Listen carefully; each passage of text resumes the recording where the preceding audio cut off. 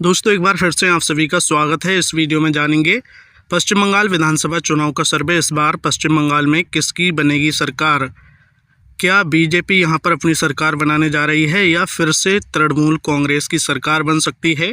किस पार्टी को कितनी विधानसभा सीटों पर जीत मिल सकती है, जानने वाले हैं पश्चिम बंगाल विधानसभा चुनाव का ताज़ा सर्वे। तो सबसे पहले इस वीडियो को लाइक कर लीजिए और ऐसे ही चुनाव से जुड़ी जानकारी के लिए चैनल को अभी सब्सक्राइब कर लीजिए। कमेंट करके बताइए आपको क्या लगता है इस बार पश्चिम बंगाल में किसकी सरकार बन सकती है। अपनी राय कमेंट करके ज़रूर बताइए। आपको बता दें पश्चिम बंगाल में कुल 294 विधानसभा की सीटें हैं। किसी भी पार्टी को सरकार बनाने के लिए यहाँ पर 148 विधानसभा सीटों की आवश्यकता होती है। सबसे पहले बात करें पश्चिम बंगाल के कोलकाता ज़िले की, यहाँ पर कुल 11 विधानसभा की सीटें हैं। इस बार इन 11 सीटों का ताज़ा सर्वे देख लिया जाए तो भाजपा के खाते में यहाँ पर 7 विधानसभा सीटें जाती नजर आ रही हैं, जबकि तृणमूल कांग्रेस को 4 विधानसभा सीटों पर जीत मिल सकती है। कांग्रेस और अन्य पार्टियों का खाता खुलना मुश्किल होता नजर आ रहा है।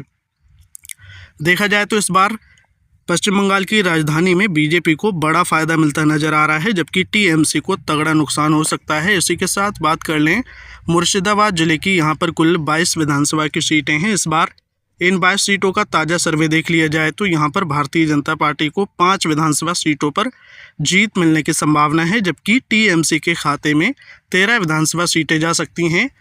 कांग्रेस को 2 विधानसभा सीटों पर जीत मिल सकती है और अन्य के खाते में भी यहाँ पर 2 सीटें जाती नजर आ रही हैं। देखा जाए तो इस बार मुर्शिदाबाद में एक बार फिर से तृणमूल कांग्रेस को बड़ा फायदा मिलता नजर आ रहा है, जबकि यहाँ पर कांग्रेस का भी 2 सीटों पर खाता खुल सकता है।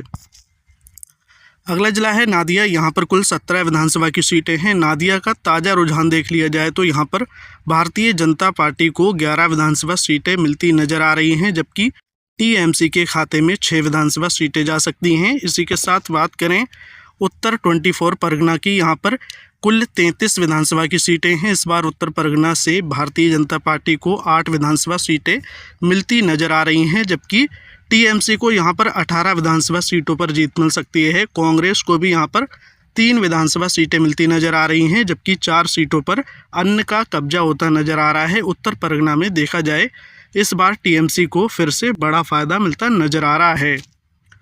वहीं बात करें दक्षिण परगना की, यहाँ पर कुल 31 विधानसभा की सीटें हैं। दक्षिण परगना से इस बार भारतीय जनता पार्टी को 11 विधानसभा सीटें मिलती नजर आ रही हैं, जबकि टीएमसी को यहाँ पर 16 सीटों पर जीत मिल सकती है। कांग्रेस को 2 और अन्य के खाते में भी यहाँ पर 2 विधानसभा सीटें जाती नजर आ रही हैं।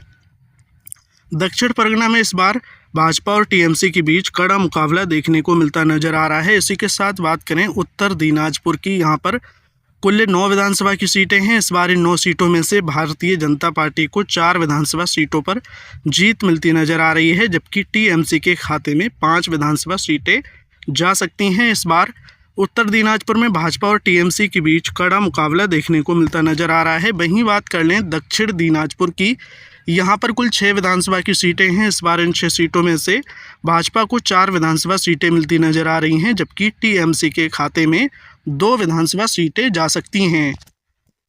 अगला जिला है दार्जिलिंग, यहाँ पर कुल 5 विधानसभा की सीटें हैं। दार्जिलिंग से इस बार भारतीय जनता पार्टी को 2 विधानसभा सीटों पर जीत मिल सकती है, जबकि यहाँ पर टीएमसी के खाते में 3 विधानसभा सीटें जाती नजर आ रही हैं। इसी के साथ बात करें कलिम्पोंग जिले की, यहाँ पर कुल 1 विधानसभा की सीट है। इस बार ये विधानसभा सीट टीएमसी के खाते में जाती नजर आ रही है।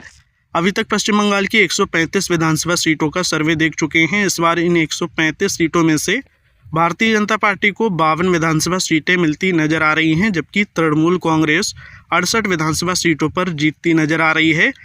कांग्रेस के खाते में 7 सीटें जा सकती हैं। अन्य पार्टियों को 8 सीटों पर जीत मिलती नजर आ रही है। अभी तक देखा जाए टीएमसी सबसे बड़ी पार्टी बनती नजर आ रही है, हालांकि भारतीय जनता पार्टी भी कड़ा मुकाबला देती नजर आ रही है।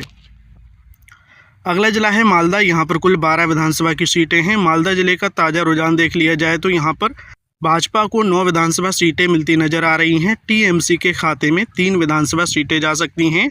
इस बार मालदा में बीजेपी को बड़ा फायदा मिलता नजर आ रहा है। वहीं बात कर लें पुरुलिया जिले की, यहाँ पर कुल 9 विधानसभा की सीटें हैं। इस बार पुरुलिया का ताज़ा रुझान देख लिया जाए तो यहाँ पर बीजेपी को 7 विधानसभा सीटें मिलती नजर आ रही हैं। टीएमसी के खाते में 2 सीटें जा सकती हैं। कांग्रेस और अन्य का खाता खुलना मुश्किल होता नजर आ रहा है।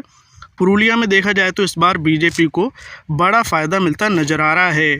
अगला जिला है बीरभूम। यहाँ पर कुल 11 विधानसभा की सीटें हैं। इस बार इन 11 सीटों का ताज़ा सर्वे देख लिया जाए तो यहाँ पर भारतीय जनता पार्टी को 7 विधानसभा सीटों पर जीत मिलती नजर आ रही है। टीएमसी के खाते में 4 विधानसभा सीटें जा सकती हैं और कांग्रेस और अन्य पार्टियों का खाता खुलना मुश्किल होता नजर आ रहा है।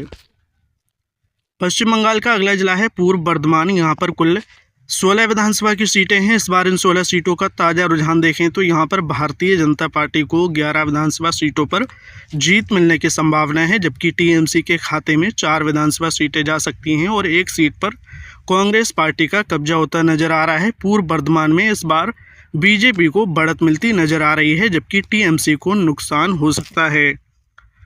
अगला जिला है पश्चिम बर्धमान। यहाँ पर कुल 9 विधानसभा की सीटें हैं। इस बार इन 9 सीटों में से भाजपा को 4 विधानसभा सीटें मिलती नजर आ रही हैं, जबकि यहाँ पर टीएमसी के खाते में 5 सीटें जा सकती हैं। वहीं बात कर ली जाए झारग्राम जिले की, यहाँ पर कुल 4 विधानसभा की सीटें हैं। इस बार इन 4 सीटों में से भारतीय जनता पार्टी को 2 विधानसभा सीटों पर जीत मिलती नजर आ रही है, जबकि यहाँ पर टीएमसी के खाते में भी 2 सीटें जा सकती हैं।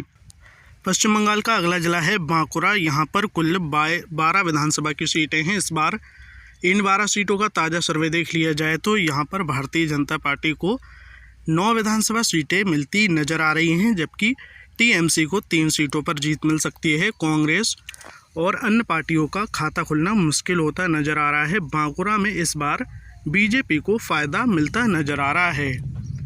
अगला जिला है पूर्व मेदिनीपुर। यहाँ पर कुल 16 विधानसभा की सीटें हैं। इस बार इन 16 सीटों का ताज़ा रुझान देख लिया जाए तो यहाँ पर बीजेपी को 12 सीटों पर जीत मिलने की संभावना है, जबकि टीएमसी के खाते में यहाँ पर 4 विधानसभा की सीटें जा सकती हैं। पूर्व मेदिनीपुर में भी इस बार बीजेपी को फ़ायदा मिलता दिखाई दे रहा है। वहीं बात करें पश्चिम मेदिनीपुर की, यहाँ पर कुल 15 विधानसभा की सीटें हैं। इस बार इन 15 सीटों का ताज़ा रुझान देख लिया जाए तो यहाँ पर बीजेपी के खाते में 10 विधानसभा सीटें जाती नज़र आ रही हैं, जबकि टीएमसी को 4 सीटों पर जीत मिल सकती है। कांग्रेस के खाते में भी यहाँ पर 1 विधानसभा सीट जाती नज़र आ रही है।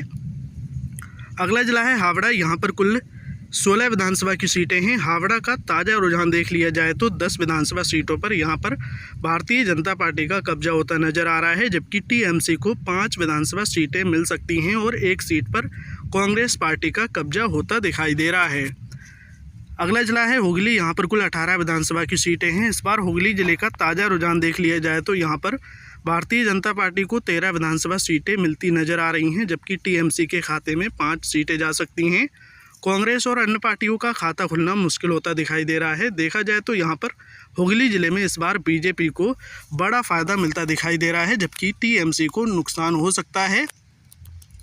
अगला जिला है कूच बिहार। यहाँ पर कुल 9 विधानसभा की सीटें हैं। कूच बिहार से इस बार बीजेपी को 6 विधानसभा सीटें मिलती नज़र आ रही हैं। टीएमसी के खाते में यहाँ पर 3 सीटें जा सकती हैं।